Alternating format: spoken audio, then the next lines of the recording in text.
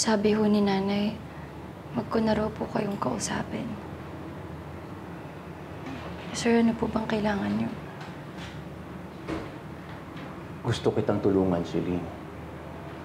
Sabihin mo sa akin kung anong totoong nangyari.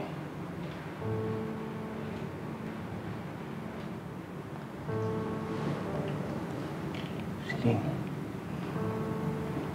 magtiwala ka sa akin.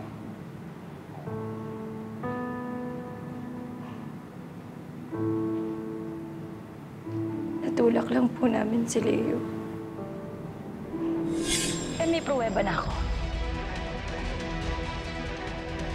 You can't do that on your phone! Hoy, ate! Bitawan mo! Bitawan mo siya! Bitawan! Bitawan mo siya! Leo! Leo! Ate! Ate! Tumahula kayo dyan! Tara na! Ate! Saglit! Ate! Saglit! Ate! Ate, tara na! Tara na! Teka, sandali. Bakit ba, ate? Malito eh. Nakukonsensya ako. Babalikan ko siya. Ate! Ate Celine! Nasaan siya? Leo? Sabi ho nila, namatay ho si Leo na durug-durug yung katawan niya. Namatay siya sa paggampas at palo sa buong katawan pero hindi po namin yung ginawa. Kaya sigurado po ako na inosente kami, hindi namin napatay si Leo.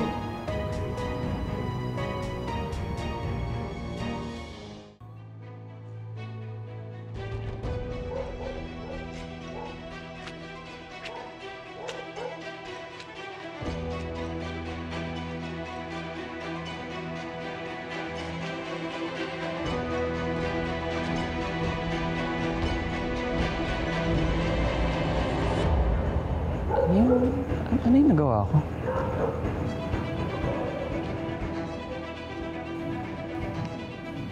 Hindi.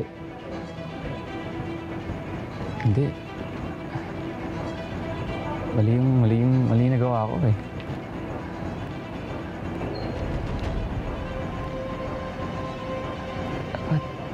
Dapat di ko sinabing totoo.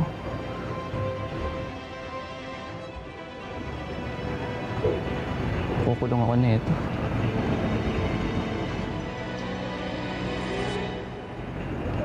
Kapag nalaman ng tatay ko, tapatay ako. Hindi dapat.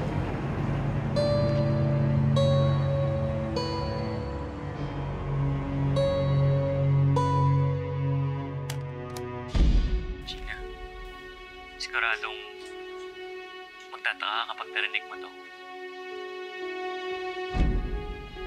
Sorry, pero wala akong lakas ng loob sabihin sa harapan mo ang totoo.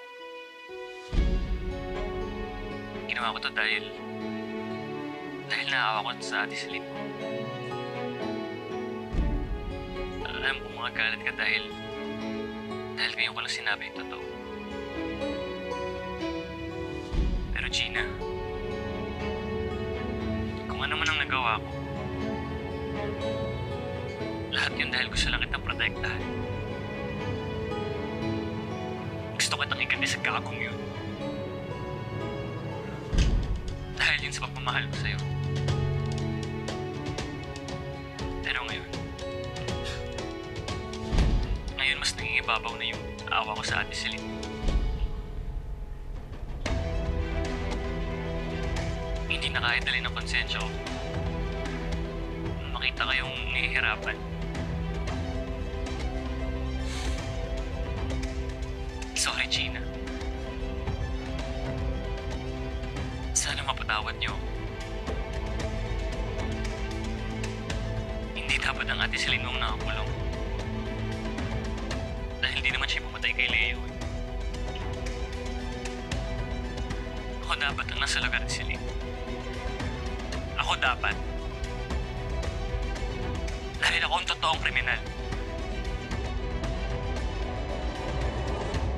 Ako ang pumatay kay Leo Guerrero. Hindi po kami mamamatay tao. Inosente po ako at ang mga kapatid ko. May ibang nakakita ba sa nangyari, Celine? May witness pa kayo? Wala po. Wala rin po kaming ebidensya.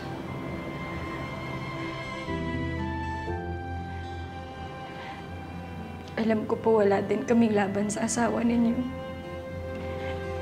Pero alam mo ng Diyos, inosente po kami.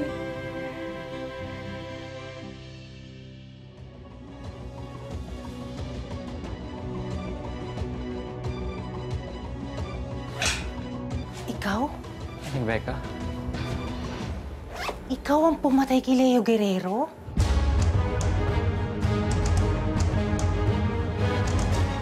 Sandali ho. Kapaliwanag po ako. Hindi. Hindi mo kailangan magpaliwanag. Hawak ko tong confession mo. Bigay niyo sa akin yan. Hindi. Huwag kang lalapit sa akin, Tope. Huwag kang lalapit. Walang hiya ka rin, no? Ikaw pala yung kriminal. Tapos pinabayaan mo ako inisilin yung kasalanan mo? Ibang klase ka rin. True friend ka nga talaga, no? Bigay niyo sa akin yan. Parang awa niyo na. Hindi. Hindi ko to ibibigay sa'yo. Nagsisisi ho ako na inako ko pa ang kasalanan ng iba.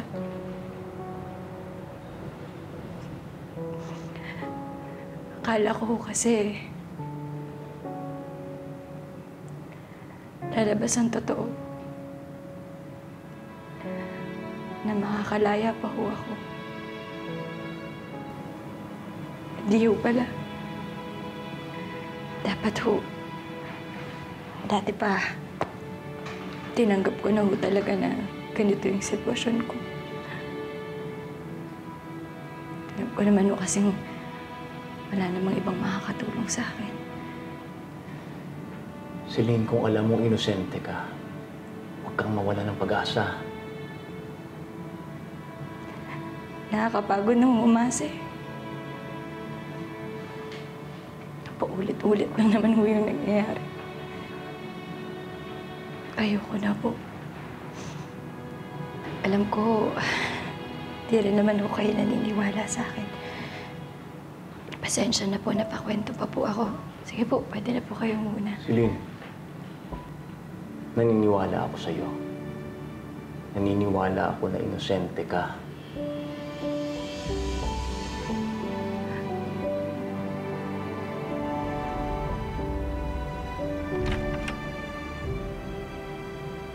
Dominic.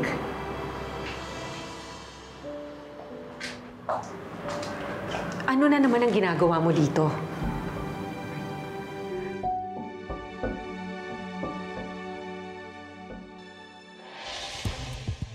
Nagdadalawang isip ka, no? Takot ka makulong, no? Eh, ikaw naman talaga yung kriminal. Ikaw yung mamamatay tao. Sana, Tope, inisip mo muna yung bago mo ni-record yung confession mo, bobo! Teka, akin na yan eh! Hindi! Ano yun? Hindi! Hindi! Ano ba? Bitawan mo ako! Aray ko! Aray! Aray ko! Bitawan mo ako! Hindi! Walang iya ka! Ito yung kriminal! Walang iya ka!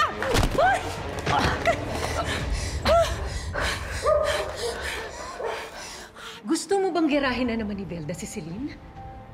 Dominic, utang na loob. Hayaan niyo muna magpagaling at lumakas ang anak ko. Kinausap ko lang si Celine. Gusto kong marinig sa kanya mismo na wala siyang kasalanan. Para ano? Para kaawaan mo? Para maniwala ka? Hindi yun ang kailangan namin. Ang kailangan namin, makalaya si Celine. Maibibigay mo ba yun? Para naman kasing hindi ko alam ang sagot. Para naman kasing kaya mong ipagtanggol ang anak mo laban sa pamilya mo at sa asawa mo. Alam mo, Dominic, umalis ka na lang. Lubayan mo na kami ng anak ko. Lena, anak ko rin si Celine.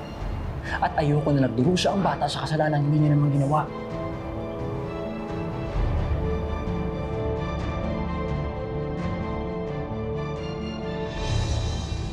Sorry ho.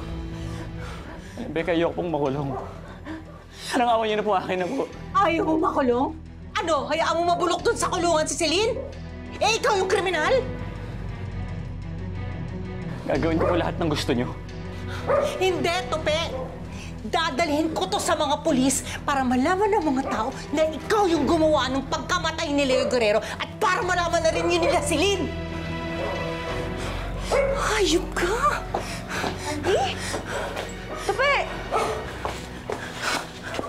Oh, ano nangyayari sa inyo?